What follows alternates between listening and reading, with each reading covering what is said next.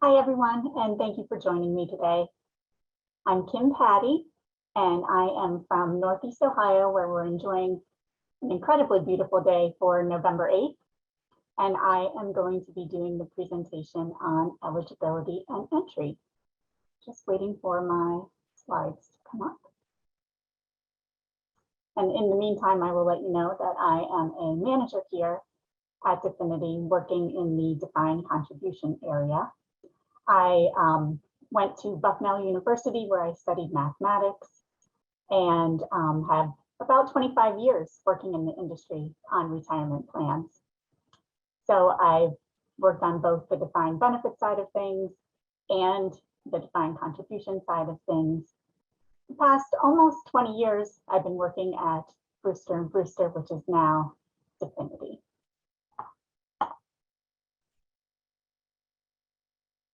Okay, so I believe you can now see my screen.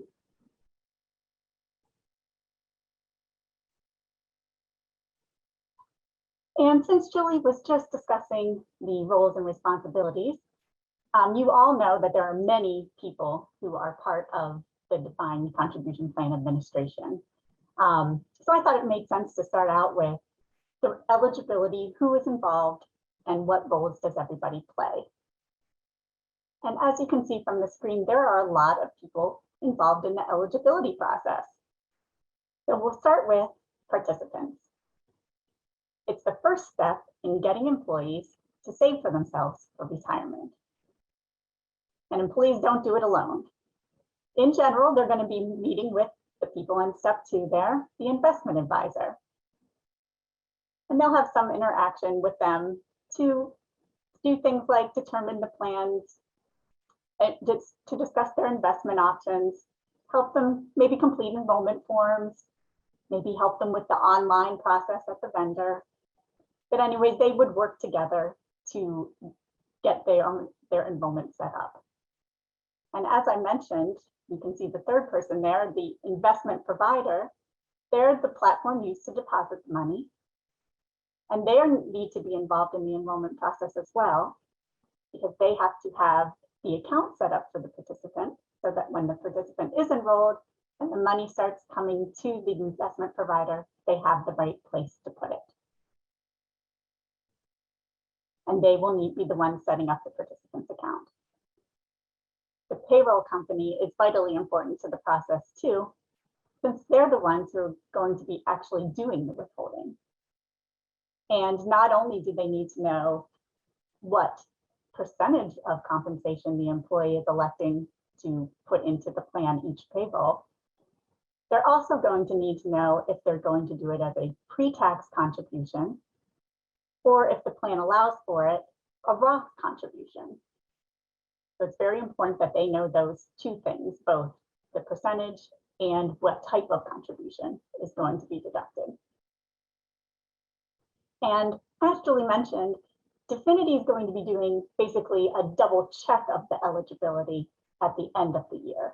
But it's really the plan sponsor who determines who is eligible and notifies employees when they become eligible. So that's why we're going to talk about how eligibility works.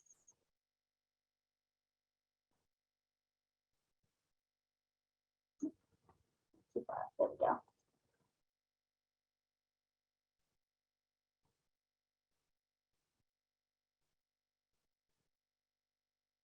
How is eligibility determined?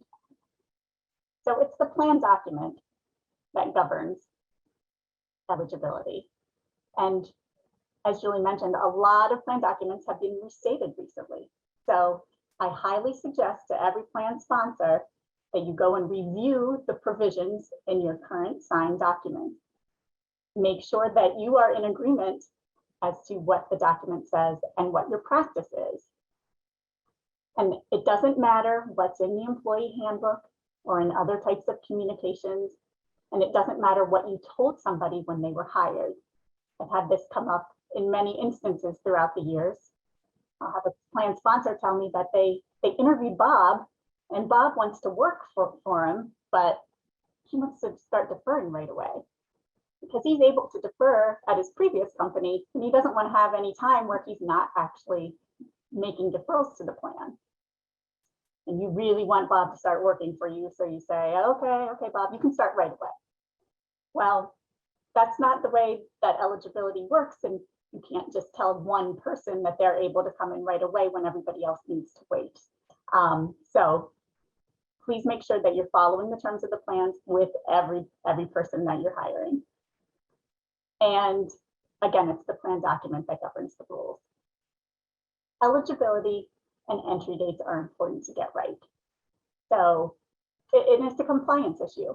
If your plan is going to be audited, they are going to look, the IRS is going to come in and look to make sure that the people who are eligible actually became enrolled in the plan. You're going to need to keep things like the enrollment materials to make sure that you have a form on file, either electronically or a paper form that shows every participant who was eligible to be enrolled is actually enrolled, even if the participant elected not to participate in the plan. So if they wanted to defer 0% of their compensation, you need to make sure that there is something on file that indicates that. And please reach out to your plan consultant to make sure you understand the rules of eligibility.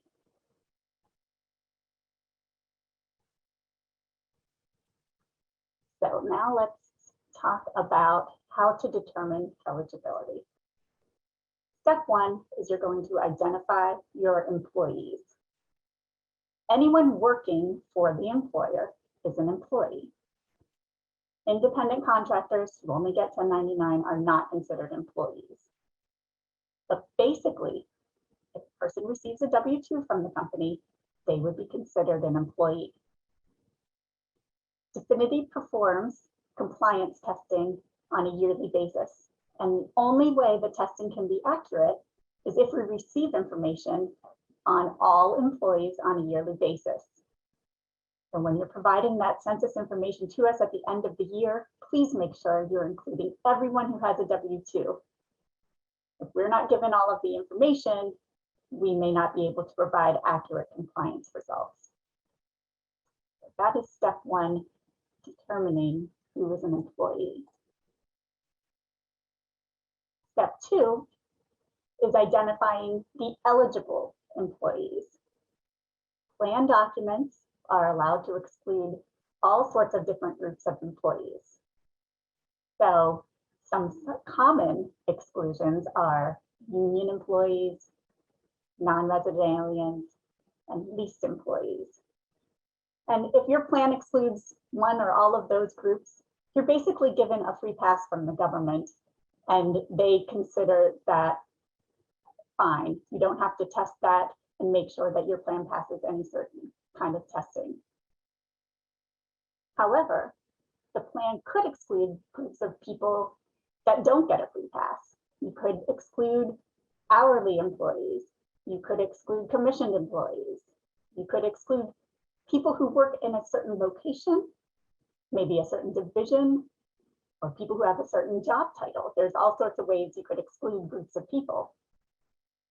And while you're allowed to do that, you must also test it on a yearly basis to make sure that you're covering enough people in the plan. And it is something that needs to be looked at year by year. So for instance, if you start a new division in a certain location, and you only have a few people working there, in the beginning, it may be fine to exclude that group of people from the plan. But as that division grows and more people go to that location, it is possible that you could run into trouble later up down the road. So you do need to keep an eye on that and make sure that you are including enough people in the plan. And that's something that Definity can help you with on a yearly basis.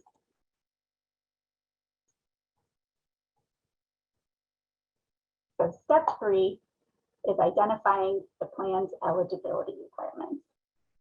And plans can be set up with many different types of requirements. You look at a plan document, you may see 3 or 4 pages just describing who is eligible for the plan. But typically, you're going to have an age component and a service component. And the statutory maximum age that you're allowed to keep somebody out of a 401k plan is age 21. So you're not going to see an age 25 requirement in the 401k plan. You could have no age requirement whatsoever, or an age requirement like age 18. And the statutory maximum amount of time that someone is allowed to be out of a 401k plan is 1 year of service. So 1 year is considered to be a 12-month period of time that 1,000 hours are worked.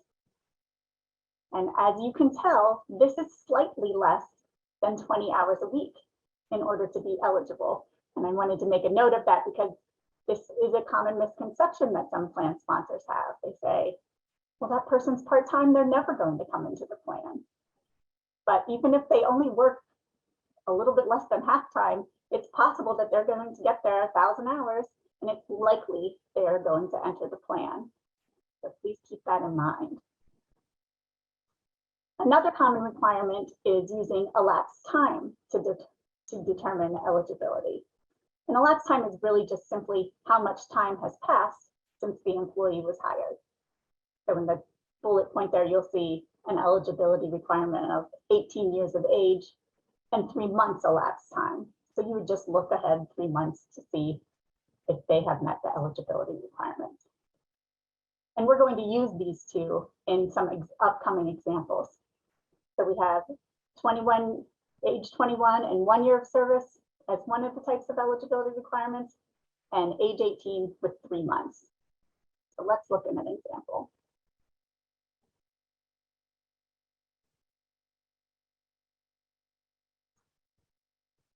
Sorry about that. Suppose Jennifer is a new employee who was hired in February 2021. She's 35 years old and will work full-time. The plan document says that employees are eligible when they are age 21 with 1 year of service, which is a 12-month period with 1,000 hours. When is the earliest Jennifer could be eligible? Well, if her date of hire is 2/15/2021, we look forward to her anniversary year, the date that it's her 1 year anniversary, and that's 2/15/2022. And we see how many hours of service she had during that period, or the computation period. In this case, we're saying that Jennifer is full-time, so maybe she works around 20-80 hours.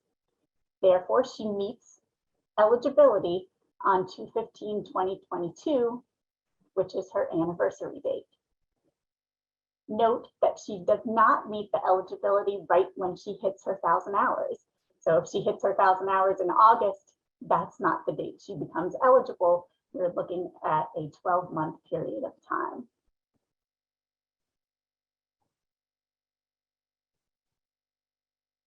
So now let's look at another example, which has the same facts as before, but assume Jennifer only works 950 hours in the first year. And when is the earliest Jennifer could be eligible in that case? So again, she's hired in February of 2021. We look to her 1 year anniversary date to figure out our computation period, but she only worked 950 hours during that time. In general, most plans are written that after you get past your first anniversary date, you switch the time that you book for eligibility to each plan year. So assuming this is a calendar year plan year, we're going to have a new computation period, and we're going to look at her hours from 1/1/2022 to 12/31/2022. She would meet eligibility on 1/1/2023 if she works over 1,000 hours during that time. And it's going to continue on that way in the future. So if she only worked 800 hours in 2022, you look at her total hours for the plan year in 2023 to see if she'd be eligible in 2024.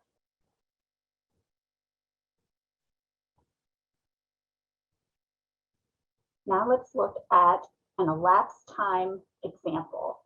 So it's the same facts as before, but instead of age 21 and 1, we're going to say eligibility requirements in the plan document are age 18 with 3 months of service elapsed time. When is the earliest Jennifer could be eligible?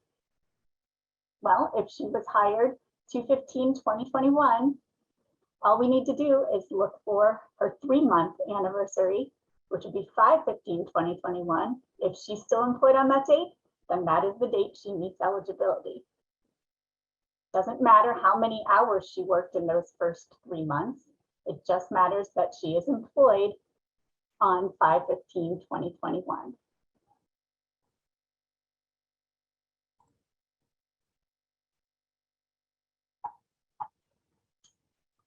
So once we have someone who has met the plan's eligibility requirements, the next step is to determine what date they enter the plan. This is the date that the payroll deductions start and the employee begins participating in the plan. In general, participants enter the plan on the entry date that either coincides with or follows the date that they meet eligibility.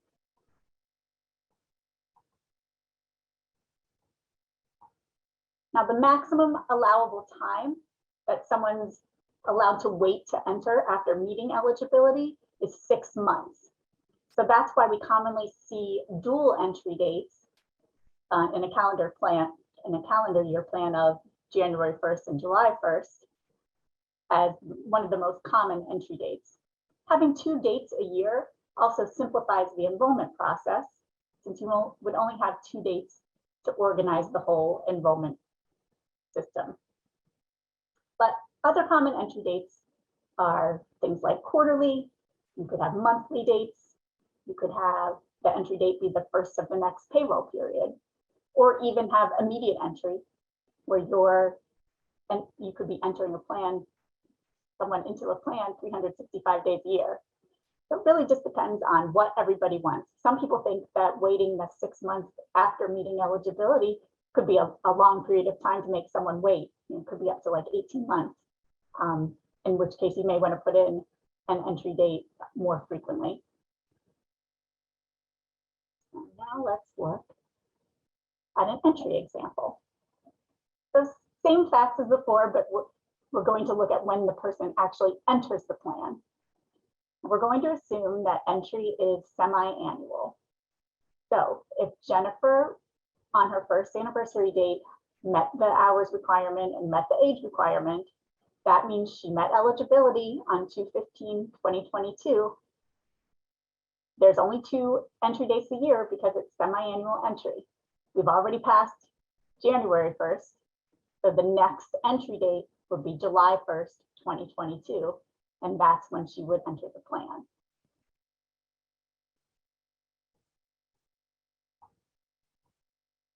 Now, same facts, but entry is monthly. When would Jennifer enter the plan? Well, if she meets eligibility on 2/15/2022, the first of the next month is March 1st, 2022, and that's when she would enter the plan. Now, I will say if she was hired on 2/1/2021, meaning her first anniversary was 2/1/2022, she would likely enter the plan on 2/1/2022, her anniversary date, since it coincides with an entry date for the plan for the year.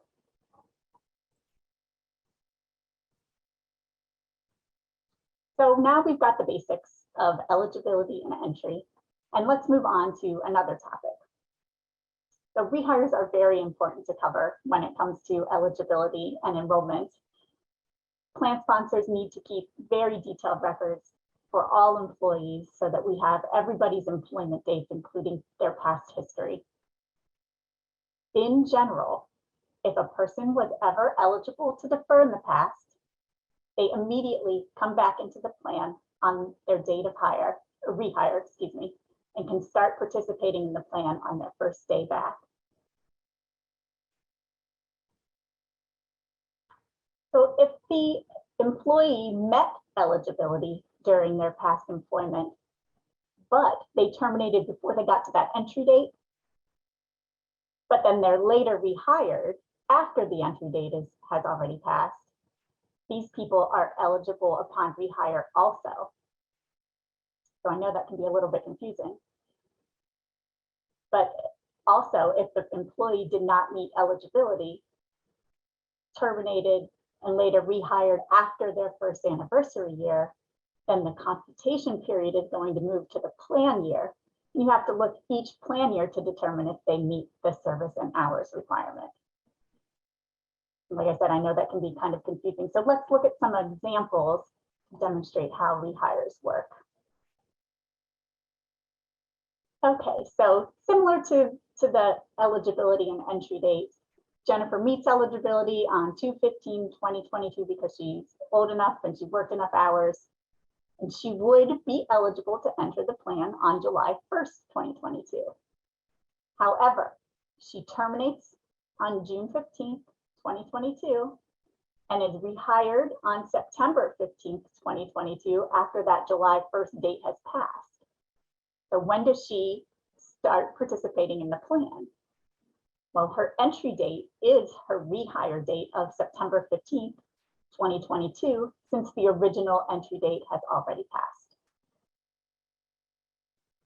And as a matter of fact, I had a phone call with a plan sponsor this morning who had this exact same situation with one of her plans.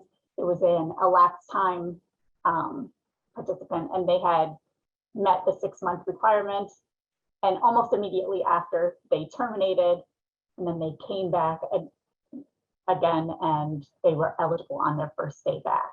So it works for elapsed time as well. So now let's look at the case where the participant didn't meet the hours requirement in the first 12 months and terminates employment and then is later rehired. So if she only worked 950 hours during that first computation period, the computation period switches to the plan year just like it did when she didn't have a termination and rehire. And you need to look at how many hours she works every plan year. So first plan year being 1/1/2022 to 12/31/22. If she does happen to work over 1,000 hours during that period of time, even if she does have a break in service and is terminated and rehired, she would still enter the plan on 1/1/2023. And I've said it before, but rehires can be very confusing. So please reach out to your consultant with any questions on them. And there's also another option to enrolling participants, and that's automatic enrollment. So instead of kind of leaving it up to the participant to make an election and complete all the forms, the plan could be set up to automatically enroll newly eligible participants. And the percentage that you enroll the participant at is set in the plan document. If the participant does nothing at all, then they are enrolled in the plan, and as soon as their entry date hits, the withholding has to start and the money gets deposited into their account. Now they can, however, opt out, just as you can kind of opt in for a non-automatic enrollment plan. So that's the way that works. And like I said, the percentage that they're enrolled at is specified in the document. And not only that, but you can also set it up so that you not only automatically enroll them at that percentage, but every year thereafter you could increase. And so oftentimes you'll see we're going to automatically enroll our participants at 3%, but then after a year we're going to increase it up to 4, and then 5, 6, 7, up to a certain maximum percentage. So you can really get participants to start saving for their retirement and have much more in there than they might otherwise have if they were doing it on their own. So that's one of the pros for having automatic enrollment. And Julie had mentioned ADP testing, and that is a kind of test where you compare the rank and file and the percentage that they put in to what the owners of the company or the highly paid people put into the plan. And some companies have trouble passing this test. Well, if you do automatic enrollment, you may be able to increase the percentages to the rank and file, which may make it easier to pass your ADP testing. And also, the more people who are enrolled in the plan, the more who are saving for their own retirement. Now, some downsides include, well, if you're having more people defer into the plan and the deferrals are higher than what they normally would be, if you are making a matching contribution, the match could be more expensive. And also, if you're doing increases, so not only automatically enrolling them, but then increasing it year by year by year, that could be a little bit more administratively challenging than having the regular 401k enrollment. And also another thing to consider is that corrections would be required if contributions aren't started in time. But I will say corrections are required for all types of plans, not just automatic enrollment plans. And I know Julie brought up corrections earlier, and she said she's never had a perfect plan. I mean, it's corrections happen all of the time. Almost everything is fixable, and it's not a big deal. This happens all the time. What if I bring a person in early? You know, maybe you had the wrong age, or maybe you had a typo in their date of hire, and you accidentally brought them into the plan too early. You usually have two types of corrections that you could do. You could have amend the plan so that the plan now says what you actually did as far as operations go. So you let this person in early, so now you amend your plan to say, oh, it's okay to let that person in early. Or you may have to just correct the money in the account and fix it outside of the plan. A lot of plan sponsors like the first option of amending the plan, but I will say that you can't do that in every situation. So say the owner accidentally brought his son into the plan too early, and that was the only person that was brought in too early, you're not going to be able to correct that through a plan amendment. But what happens if you bring in a person too late? So if someone is brought in late, in general, the company needs to make up for the money that the employee missed the chance to put in themselves.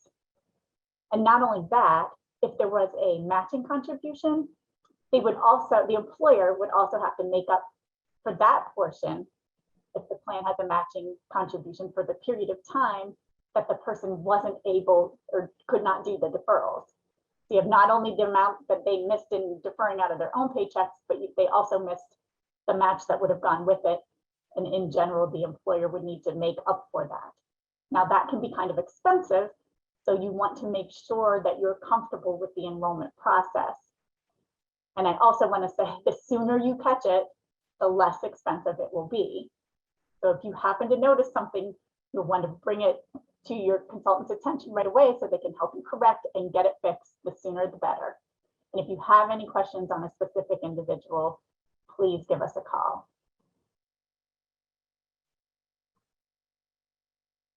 Also involved with enrollment are notices, and Julie kind of touched base on this too, because she was saying about all the things that were due in December.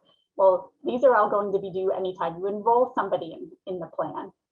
The first is your summary plan description.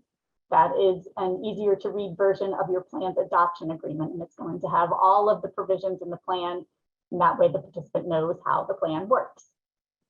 You're also going to have a summary of material modifications, and that would happen if your plan was amended since you did the last summary plan description. So it's just usually a short summary of what the change in the plan was. And that would go along with the summary plan description, so the participant has a complete idea of how the plan actually is working. You would also have to distribute them an annual notice, which could be something like the safe harbor notice, the automatic enrollment notice. It could be a QDIA notice or fee disclosure, anything that needs to be done yearly. If you haven't done so already, you need to give the participant that when you enroll them. The participant would also have to elect a beneficiary, and that could be done online or through the form, but the plan sponsor needs to make sure that they are aware of who the beneficiary is, so that in the case something happens, they know who to go to for the money in the plan. Kind of obviously, the participant has to make a deferral election form to elect not only the percentage like we talked about, but also whether it's going to be pre-tax 401k contribution or an after-tax Roth contribution. And any forms that are needed to set up their account. So forms where they're picking their investment elections, or any other account establishment forms. So those are the notices that need to be given when somebody becomes eligible for the plan. Now let me take a look to see what questions we may have. I have a minute here left.